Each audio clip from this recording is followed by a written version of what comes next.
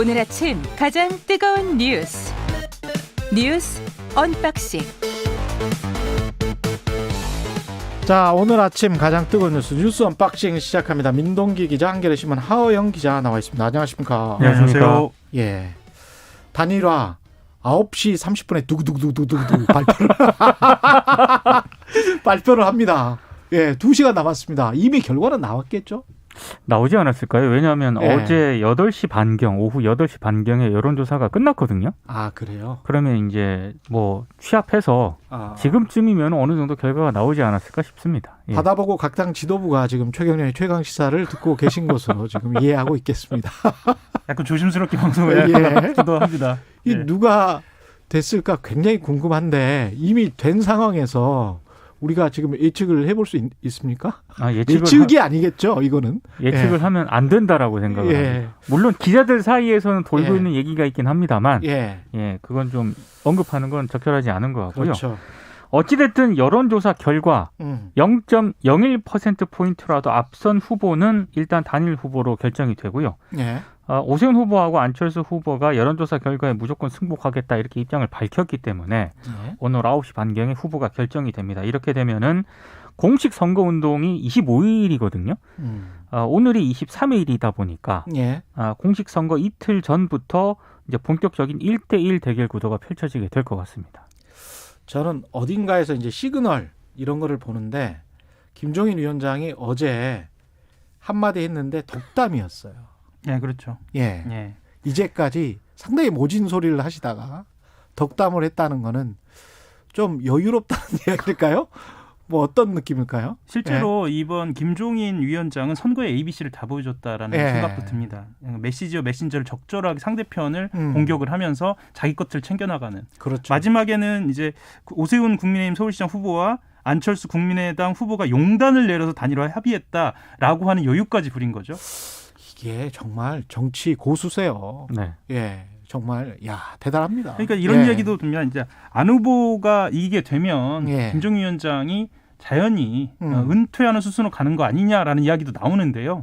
이번만큼 또 한 번 존재감을 드러냈다라는 그런 생각입니다. 한 달 반 전으로 시계를 돌리면요. 그렇죠. 이만큼 국민의힘 그 경선이 이렇게 뜨거울 수 있었을까, 그리고 이게 우위로 갈 수 있었을까에 대한 의문들이 있었는데요. 어쨌든 LH 사건도 있었지만 그만큼 김종인 위원장이 판을 이끌어온 힘도 있었다라는 생각이 듭니다. 근데 김종인 위원장이 하나 여지는 좀 남겼습니다. 어떤 여지입니까? 기자들이 만일 그 단일화 여론조사에서 안철수 후보가 이기면 승복할 거냐 어제 이렇게 물었거든요.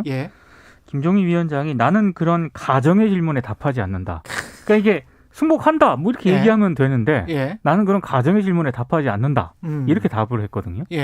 정말 싫어하는 것 같습니다. 아니 근데 이거는 저는 바로 전에 이제 최경련의 경제쇼 진행하면서 예측, 주식시장도 예측이 아니고 대응이다라는 이야기를 많이 하잖아요. 근데 그런 말이에요. 나는 예측하지 않겠다. 대응한다. 그렇죠. 정치는 생물이다. 뭐 이런 이야기거든요. 굉장한 고수입니다. 정말. 주식시장 말씀하셨으니까 일종의 추세로 보면 누군가 이긴다라고 그렇죠. 본인이 스스로 생각하는 거죠. 그 추세도 지금 보고 있는 것 같고. 근데 이제 그렇게 야권은 어떻게 보면 국민의힘까지 봤을 때 이제 국민의당까지 봤을 때는 이제 야권이라고 보고 그렇게 보면 이제 야권은 이제 상당히 거의 이길 것 같아 그런 분위기인데 여권은 상당히 곤혹스럽습니다 지금 상황이. 그러니까 지금 박영선 후보가 열심히 선거 운동을 하고는 있는데 문제는 그게 상대적으로 주목을 받지 못하고 있다는 거고요. 그렇죠. 박영선 후보의 추세만 놓고 보면은 지지율 추세만 놓고 보면은 지금 정체를 좀 벗어나서 약간 하락 추세 이런 쪽으로 가고 있기 때문에 정체도 아니고 하락 추세. 왜냐하면 3자 구도에서 박영선 후보는 항상 앞서는 걸로 나왔었거든요. 그렇군요. 근데 최근 여론조사를 보면 오차 범위 내긴 합니다만 박영선 후보가 2위로 밀리는 그런 추세를 보이고 있습니다. 이게 무슨 얘기냐면 이제 정체를 넘어서 약간 하락 추세를 보이고 있다라고 하는 건데 지금 민주당 입장에서는 상당히 좀 난감하고 굉장히 적신호가 켜진 건 분명한 것 같습니다. 그러니까 언론에서는요, 지금 현재 보도되고 있는 보도량으로 볼 때 심지어 박영선 후보에 대한 비판도 보도가 잘 안 되고 있거든요. 그러니까 이게 선거전에서는 사실은 공격을 받는다고 하면 무조건 마이너스라고 생각하지만 그것이 아니고요. 그럼요. 공격을 받고 적절하게 방어를 해나가는 것 또한 선거전이거든요. 또 네거티브 마케팅도 있는 거죠. 그렇죠. 뭐 인지도를 높일 만큼 높여놨다라고 생각하면 어쩔지 모르겠습니다만 실제로 박영선 후보를 어떤 방식으로 이해할 것인가는 그 사람이 방어를 해나가는 과정도 중요하거든요. 그럼요. 근데 지금 민주당에서는 그 지점에 대해서 고민이 굉장히 많을 것 같습니다. 게다가 집권 여당의 지지율, 그다음에 대통령의 지지율도 지금 계속 하락 추세를 그렇습니다. 보이고 있기 때문에 그런 측면에서 위기다 이렇게 볼 수도 있겠습니다. 사실 악재가 생기더라도요. 이를테면 뭐 차기 그 대선 후보자 지지율이 뭐 높게 나온다거나 혹은 대통령 국정수행 지지율이 높게 나온다거나 상대적으로 이런 추세가 분명히 있었는데 최근에 보면은 민주당 지지율도 좀 빠지고 있고요. 대통령 국정수행 지지율도 좀 많이 지금 내려가는 하락 추세를 보이고 있고 그리고 더더군다나 차기 미래 권력, 그러니까 차기 대선 주자들의 지지율도 정체 상태거든요. 그렇죠. 그러니까 지금 이게 굉장히 좀 위기다라는 그런 지적이 많은 상황입니다.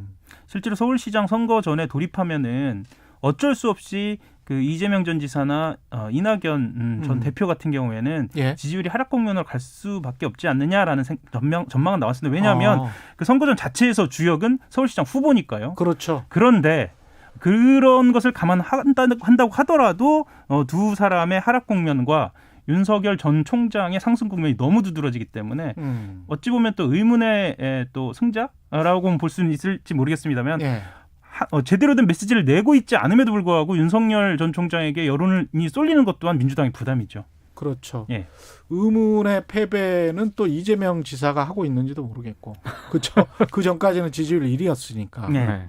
특히나 그 윤석열 전 총장 같은 경우에는 여권뿐만 아니라 야권에서도 계속 언급이 된단 말이죠. 그렇죠. 본인이 메시지를 낼 필요가 없습니다. 그런 상황이기 때문에 지금 오히려 그 부동산 문제의 민심 위반과 관련 것과 연동해서 그만큼의 또 위기의식이 배가 되는 것 같기도 합니다.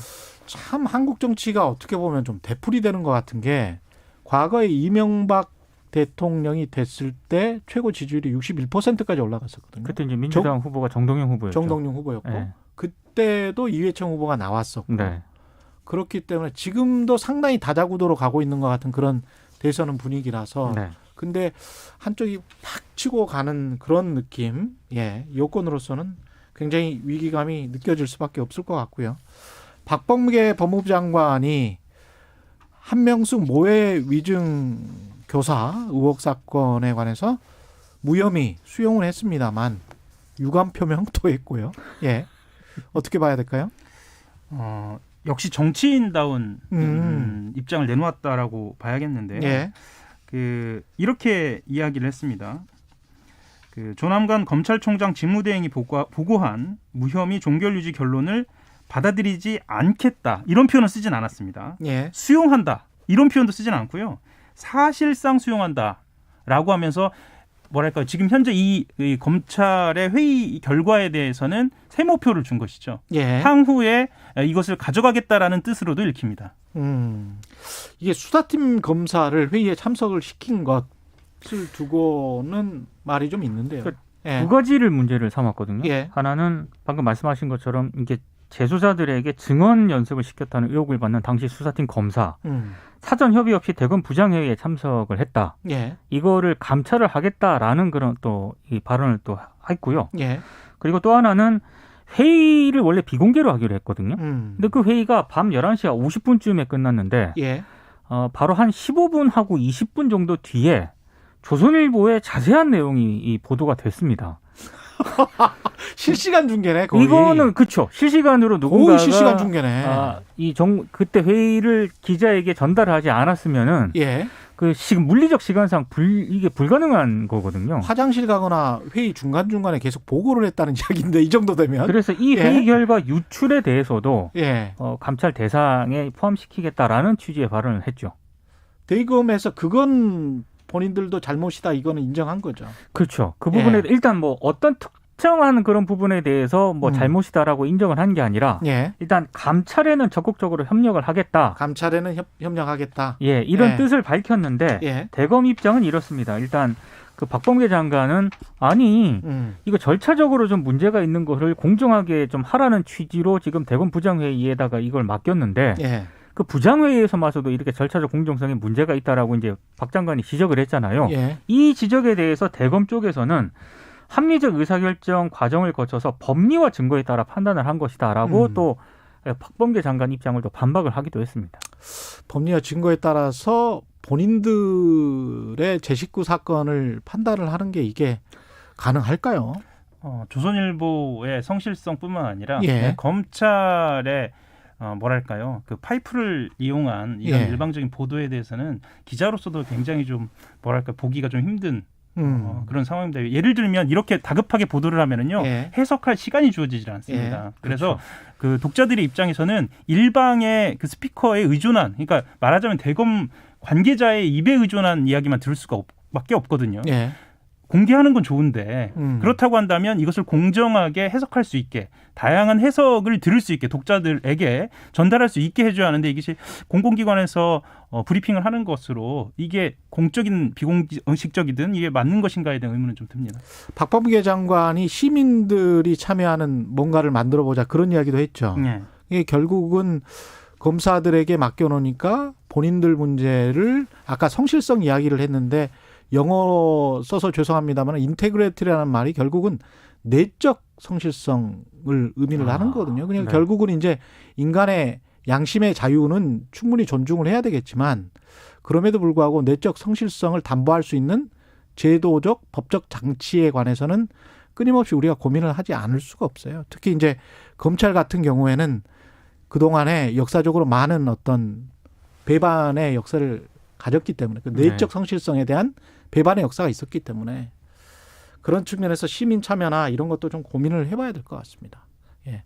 두 분 추가하실 말씀 관련해서. 일단 저는 이런 생각은 좀 드는데요. 그러니까 법무부하고 검찰 간 갈등의 불씨 아까 잠깐 말씀을 드렸는데 예. 이게 또 계속된다고 하면 예. 이게 선거 이후에 어떤 영향을 미칠까에 대한 것은 또 지켜봐야 할 것 같습니다. 예. 알겠습니다. 뉴스 언박싱 민동기 기자, 한결의 하호영 기자였습니다. 고맙습니다. 고맙습니다. KBS 1라디오 최경영의 최강시사 듣고 계신 지금 시각 7시 35분입니다. KBS 출근